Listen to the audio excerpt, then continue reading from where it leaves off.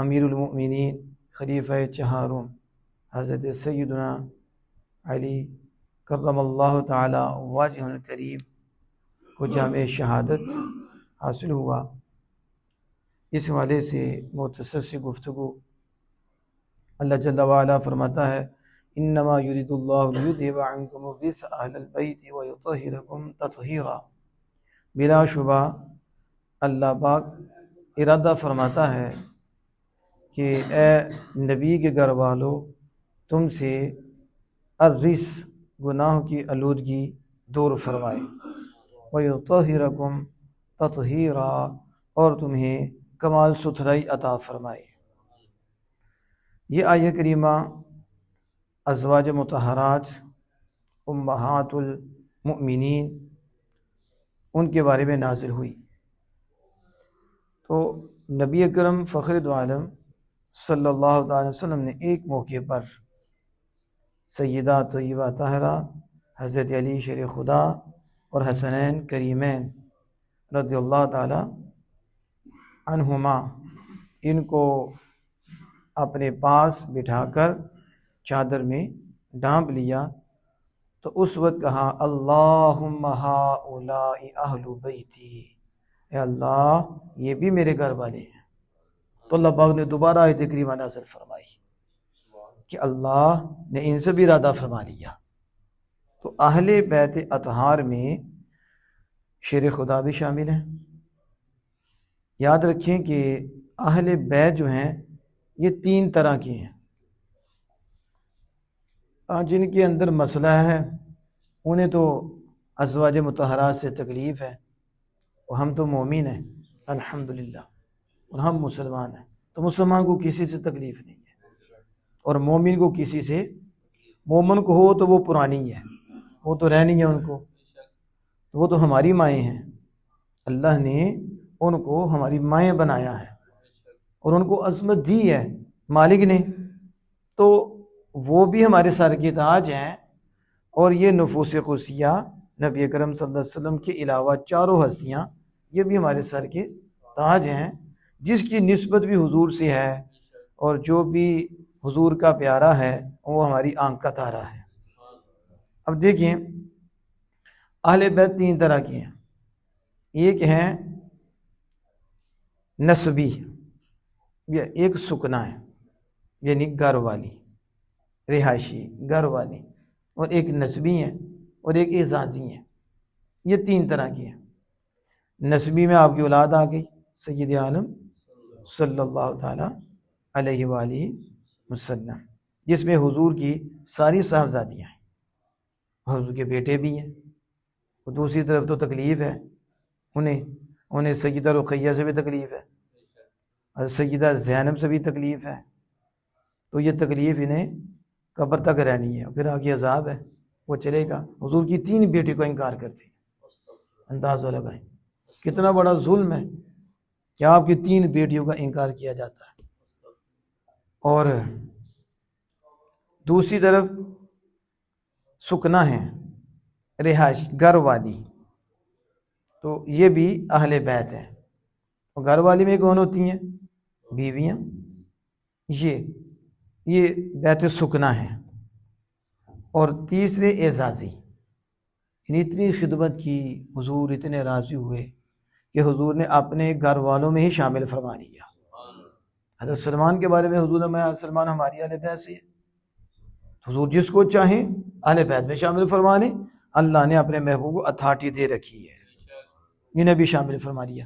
یہ تین طرح کے اہل بیت ہیں، لیکن جن کے لیے آیت کریمہ نازل ہوئی 22ویں پارے میں، اور جو اول مصداق ہیں وہ ازواج مطہرات ہیں، تو اس کے بعد اہل سیدہ طیبہ حضرت علی اور آپ کے سارے شامل کیے گئے، اور اعزازی۔ اب آپ نے یہ چیزیں ذہن میں رکھنی ہیں۔ اور بڑی عجیب بات ہوتی ہے کہ گھر والی گھر سے باہر ہوتی ہے، تو جو باہر والی ہوتی ہے وہ گھر والی ہوتی ہے۔ ہمارے ہاں تھوڑی سی بھی عقل رکھنے والا ہو نا تو وہ کہتے ہیں بیٹی اگلے گھر کی ہے، ایسے کہتے ہیں، کہ کہتے ہیں بیٹی ہمارے گھر کی ہے۔ اور شرعی مسئلہ ہے، یہ علماء صاحب یہاں بیٹھے ہیں، انہیں پوچھیں کہ اگر بیٹی کی شادی وہاں ہو جہاں شرعی سفر بنتا ہے، یعنی 92.5 کلومیٹر یا 57.5 میل سفر بنتا ہے، وہاں یہ لاہور شادی ہو گئی ہے، ہم انہیں پوچھیں اس کا گھر یہ ہے یا وہ ہے، یعنی جہاں پیدا ہوئی وہ اس کا گھر ہے، یہاں شادی ہوئی وہ اس کا گھر ہے، تب شریعت کہتی ہے جہاں شادی ہوئی وہ اس کا گھر ہے۔ میں کہتا ہوں یہ لوگ پتہ نہیں کہاں بیٹھ کے سوچتے ہیں کہ اور ہمارے بھی سیدھے ساتھی، ان کو کب اللہ پاک ہدایت دے تو انہیں سمجھ آئے گی کہ بیٹی جو ہے وہ گھر والی نہیں ہوتی۔ یہ جو در والے تو گھر والے کی ڈنگی تقسیم کرتے ہیں، یہ شیطان کے اشاروں پہ ناچنے والے اور شیطان کے چیلے، انہیں یہ پوچھیں کہ بیٹی گھر والی ہوتی ہے اور در والی ہوتی ہے؟ کیا در والے تو کیا گھر والے، بیٹی تو اگلے گھر کی ہوتی ہے اور بیویاں گھر والی ہوتی ہیں۔ بیویاں کیا ہوتی ہیں؟ کیونکہ بیٹی جس گھر میں آتی ہے وہ اس کا گھر بنتا ہے اور وہ بیوی ہے، اب اس کا گھر ہے۔ اب دیکھیں اگر شرعی مسافت ہے تو جب وہ واپس 15 دن سے کم اپنے گھر آتی ہے تو شریعت کہتی ہے قصر نماز پڑھے، تو جب اپنے خامن کے گھر جاتی ہے تو پھر پوری نماز پڑھے، کیونکہ یہ نہیں اس کا گھر وہ ہے۔ اب میں نے شرعی مسئلہ آپ کے سامنے رکھ رہا ہوں، تو بیٹیاں اگلے گھر کی ہوتی ہیں، بیویاں گھر والی ہوتی ہیں۔ عجیب بات ہے، بیویوں کو باہر نکال کے گھر تو وہ بیٹیوں کو گھر والا بنایا جا رہا ہے۔ تو قرآن بتا رہا ہے ایک مقام پہ نہیں اور مقام پہ بھی کہ بیوی گھر والی ہوتی ہیں، اور عرف بھی بتاتا ہے اور تھوڑی عقل ہو تو وہ بھی سمجھ جاتے ہیں کہ بیٹی اگلے گھر والی ہوتی ہے، بیویاں گھر والی ہوتی ہیں۔ تو اللہ نے فرمایا محبوب تیری ہیں، اس لیے ہم نے ان کو ستھرا کر دیا، بلکہ ان کو گناہ کے قریب بھی نہیں ہم جانے دیں گے، ہم ان کی حفاظت فرمائیں گے۔ اسی طرح یہ نفوس قدسیہ پنجتن باغ حضور صلی اللہ علیہ وسلم کے ساتھ ڈال کر، حضور کو نکال کر، یہ چاروں کی چاروں ہستیوں سے بھی اللہ نے وعدہ فرما دیا کہ اللہ انہیں گناہ کی آلودگی سے دور رکھے گا۔ اس کا یہ مطلب نہیں کہ پہلے گناہ تھا تو اللہ پاک ان سے دور فرماتا ہے، نہیں، فرمایا ان سے گناہ نہیں ہوگا، ہم ان کی حفاظت فرمائیں گے۔ اس لیے انہیں محفوظ کہتے ہیں، معصوم نہیں کہتے۔ معصوم نبی ہیں جن سے گناہ نہیں ہو سکتا شرعاً، اور محفوظ وہ ہوتے ہیں جن سے گناہ تو ہو سکتا ہے شرعاً لیکن اللہ پاک ان کی حفاظت فرماتا ہے۔ تو یہ نفوس ہیں۔ میں آپ کے سامنے حضرت علی شیر خدا رضی اللہ تعالیٰ عنہ کی شان بیان کرنے لگا ہوں۔ پہلے تو اہل بیت طہار کے والے سے آپ کی شان بیان کی کہ آپ بھی اس میں شامل ہیں۔ حدیث پاک میں آتا ہے، اور یہ حدیث پاک بخاری شریف میں موجود ہے، مسلم شریف میں موجود ہے، دیگر کتب حدیث میں یہ حدیث پاک آپ کو ملے گی اور مختلف الفاظ سے ملے گی۔ خیبر فتح نہیں ہو رہا تھا تو نبی اکرم صلی اللہ علیہ وسلم نے ایک دن فرمایا لَأُوتِيَنَّ هَذِهِ الرَّائِيَةَ رَجُلًا، میں ضرور بھی ضرور یہ جھنڈا کل اس شخص کو دوں گا، اس مرد کو دوں گا جس کے ہاتھ پر اللہ نے فتح رکھی ہے اور جس کے ذریعے اللہ فتح عطا فرمائے گا۔ وہ کون ہے؟ مَا يُحِبُّ اللَّهُ وَرَسُولَهُ، وہ اللہ اور اس کے رسول سے پیار کرتا ہے، اور يُحِبُّهُ اللَّهُ وَرَسُولُهُ، اور اللہ اس کے رسول سے پیار کرتے ہیں۔ اب یہ رسول اکرم صلی اللہ علیہ وسلم نے فرمایا، ساری رات صحابہ اسی انتظار میں جاگتے رہے کہ صبح ہوگی تو یہ جھنڈا ہمارے ہاتھ میں آ جائے گا۔ ہر ایک اس تمنا میں رات گزار رہا ہے کہ یہ شان ہمیں مل جائے، یہ عظمت ہمیں مل جائے کہ ویسے تو سارے اللہ کے پیارے ہیں اور سارے اللہ اس کے رسول سے پیار کرتے ہیں، لیکن اس مقام پہ رسول اکرم صلی اللہ علیہ وسلم آپ کے لیے کہا، اور کہا فتح بھی ان کے ہاتھ بھی ہوگی۔ تو اب کوئی نہیں چاہتا کہ فتح ہمارے ہاتھ پہ ہو، یہ عظمت، یہ مقام، یہ شرف ہمیں نصیب ہو، لیکن جنہیں شوق ہو، جن کے دل آمنہ کے لال نے کلیئر کیے ہوں اور پاکیزہ کیے ہوں، وہ یہ شوق رکھتے ہیں کہ یہ جو اسلامی پرچم ہے یہ ہمارے ہاتھ میں آئے اور فتح بھی ہمارا مقدر بن جائے، ہمارے ذریعے فتح ہو۔ تو اگلے دن نبی اکرم صلی اللہ علیہ وسلم نے فرمایا، جب صحابہ آپ کے پاس آئی اس امید پر کہ جھنڈا ہمیں ملے گا، تو آپ نے فرمایا این علی، علی کہاں ہے؟ بتایا گیا کہ ان کی آنکھ میں تکلیف ہوتی ہے اور ان کی آنکھ دکھتی ہے، تو نبی کرم صلی اللہ علیہ وسلم حکم فرمایا اور پھر آپ کو لایا گیا، یعنی خود بھی نہ آ سکے، اتنی سخت تکلیف تھی آنکھ میں، اشوب چشم تھا۔ جب حاضر ہوئے تو آپ صلی اللہ علیہ وسلم نے اپنا لعاب شفا نکالا اور آپ کی آنکھوں کو لگایا، جو ہی لگایا درد چلا گیا۔ حضرت علی شیر خدا فرماتے ہیں کبھی بھی اس کے بعد میری آنکھ دکھی نہیں ہے، اس آنکھ کو تکلیف، اور اس وقت حدیث پاک میں موجود ہے کہ راوی کہتے ہیں ایسے لگا کہ جیسے تکلیف ہی نہیں تھی، ایسے تھا کہ جیسے تکلیف ہوئی ہی نہیں۔ اب یہ جملہ جو ہے یہ حضور صلی اللہ علیہ وسلم کی کمال شان کو واضح کرتا ہے، نہ کہتے مگر تکلیف دور ہو گئی، کہا ایسے لگا جیسے درد ہی نہیں، اور دوسری فرمایا ساری زندگی مجھے تکلیف نہیں ہوئی۔ یہ بتایا کہ حضور صلی اللہ علیہ وسلم ایسے کریم ہیں، ایسا کرم فرماتے ہیں کہ باقیوں کی دوائیں تھوڑی دیر اثر کریں پھر مرض واپس آ جائے، آمینہ کے لال کے لعاب میں یہ شفا ہے کہ یہ کرم اور یہ رحمت رب نے رکھی ہے، جب اسے مل جاتا ہے تو دائمی شفا مل جاتی ہے۔ اب جب یہ ہوا تو صحابی راوی کہتے ہیں حضرت عبد الرحمن بن ابی لیلہ، وہ کہتے ہیں کہ حضرت علی شیر خدا رضی اللہ تعالیٰ نے گرمیوں میں سردیوں کا لباس پہن کر جلوہ افروز ہوئے، اور سردیوں میں گرمی کا لباس پہن کر جلوہ افروز ہوئے۔ پھر پانی بھی نوش فرمایا آپ نے، تو میرے ابا جان نے پوچھا، آپ سے پوچھا اس کی وجہ، ریزن کیا ہے؟ گرمیوں میں سردی کا لباس اور سردیوں میں گرمی کا لباس، ایسے ہوتا ہے؟ آپ مجھے بتائیں کہ سردی ہو تو لباس سردیوں کا پہنتے ہیں کہ گرمیوں کا؟ گرمیوں میں پتلا ہوتا ہے تو وہی پہنتے، اور جب گرمی آتی تو سردیوں کا لباس، اب موٹا وہ پہن لیا، اس کی وجہ کیا ہے؟ تو آپ نے کہا ایک جگہ آپ نے مجھے بھیجنا تھا، بھیجنا چاہا تو مجھے بلایا تو میری آنکھ میں درد تھا، آپ نے لعاب شفا لگایا، اس کے بعد کبھی تکلیف ہوئی نہیں۔ اس وقت میرے آقا دو جہاں صلی اللہ علیہ وسلم نے دست شفقت اور دست رحمت اٹھا دیے اور کہا اللہم عظیم عنہ الحر والبرد، اے اللہ علی سے سردی بھی دور کر دے، علی سے گرمی بھی دور کر دے۔ اس دن کو نہ علی کو گرمی محسوس ہوئی ہے نہ سردی محسوس ہوئی ہے، یہ علی کا کمال نہیں، یہ آمینہ کے لال کی دعا کا کمال ہے۔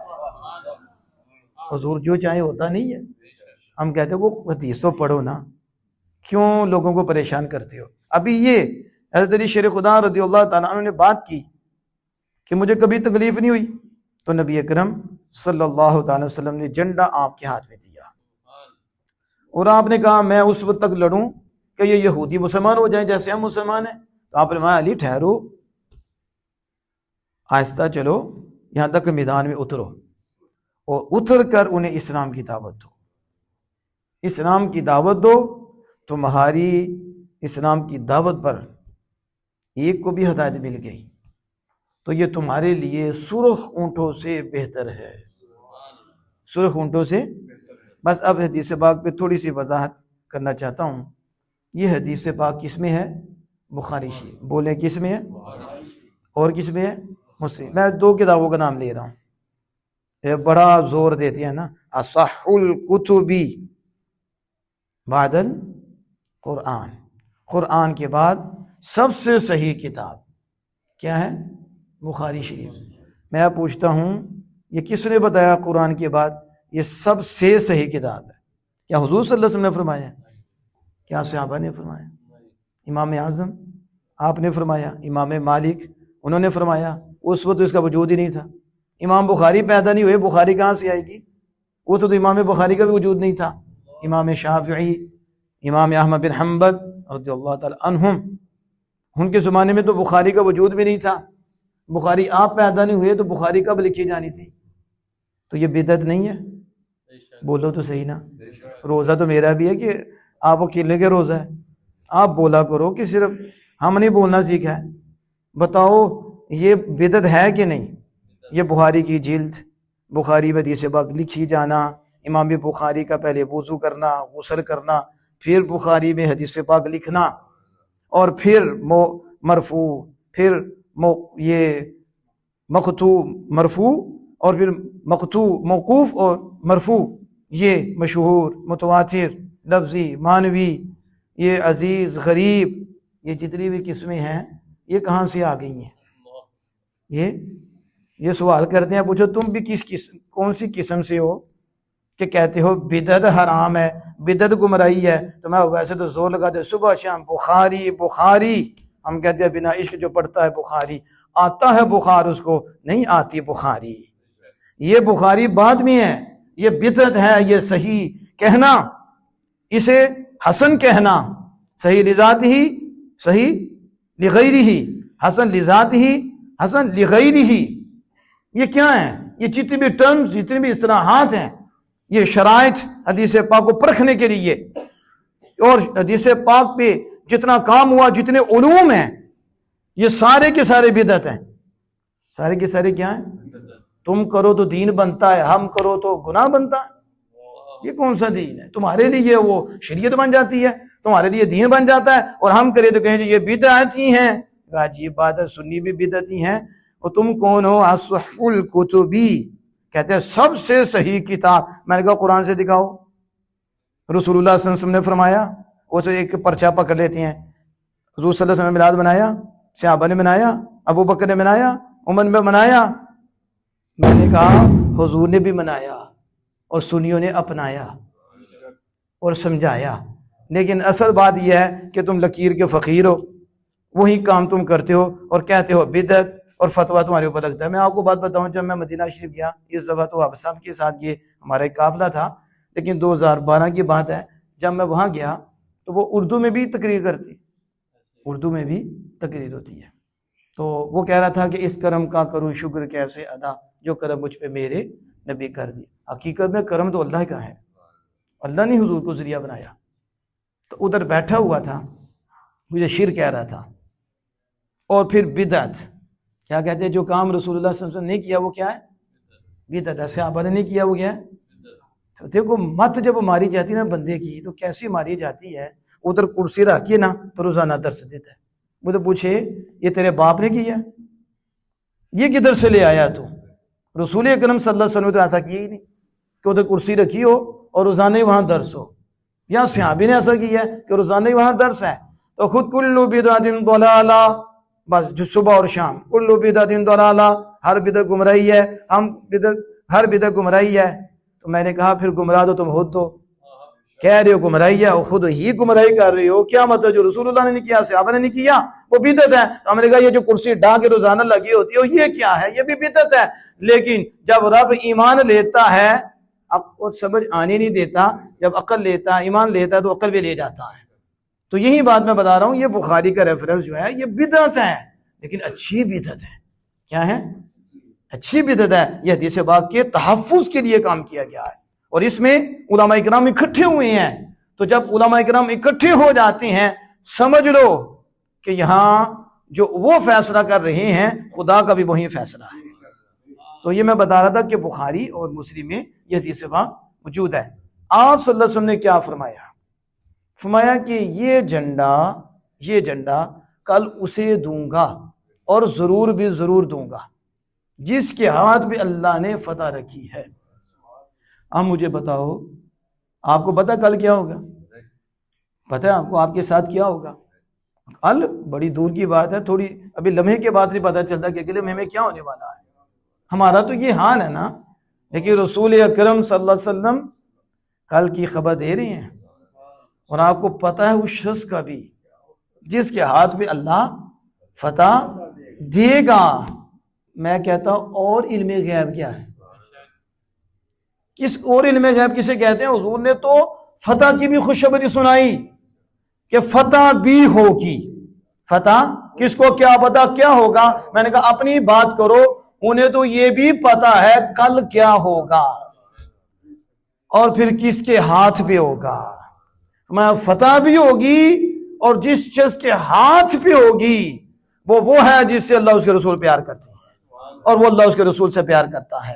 یہ ہے بخاری اور یہ ہے مسلم، جس میں یہ حدیث بات آئی ہے کہ آمینہ کے لال نے کل کی بات بتائی ہے۔ اب آپ سمجھ لیں اس کو، اور پھر اس میں نبی اکرم صلی اللہ علیہ وسلم یہ جو فرمایا کہ علی پہلے اسلام کی دعوت دینا. کیا کرنا؟ اسے آپ سمجھے کہ اسلام کا بنیادی مقصد لڑائی نہیں ہے، بنیادی مقصد لڑائی نہیں ہے، بلکہ فساد کو ختم کرنا ہے.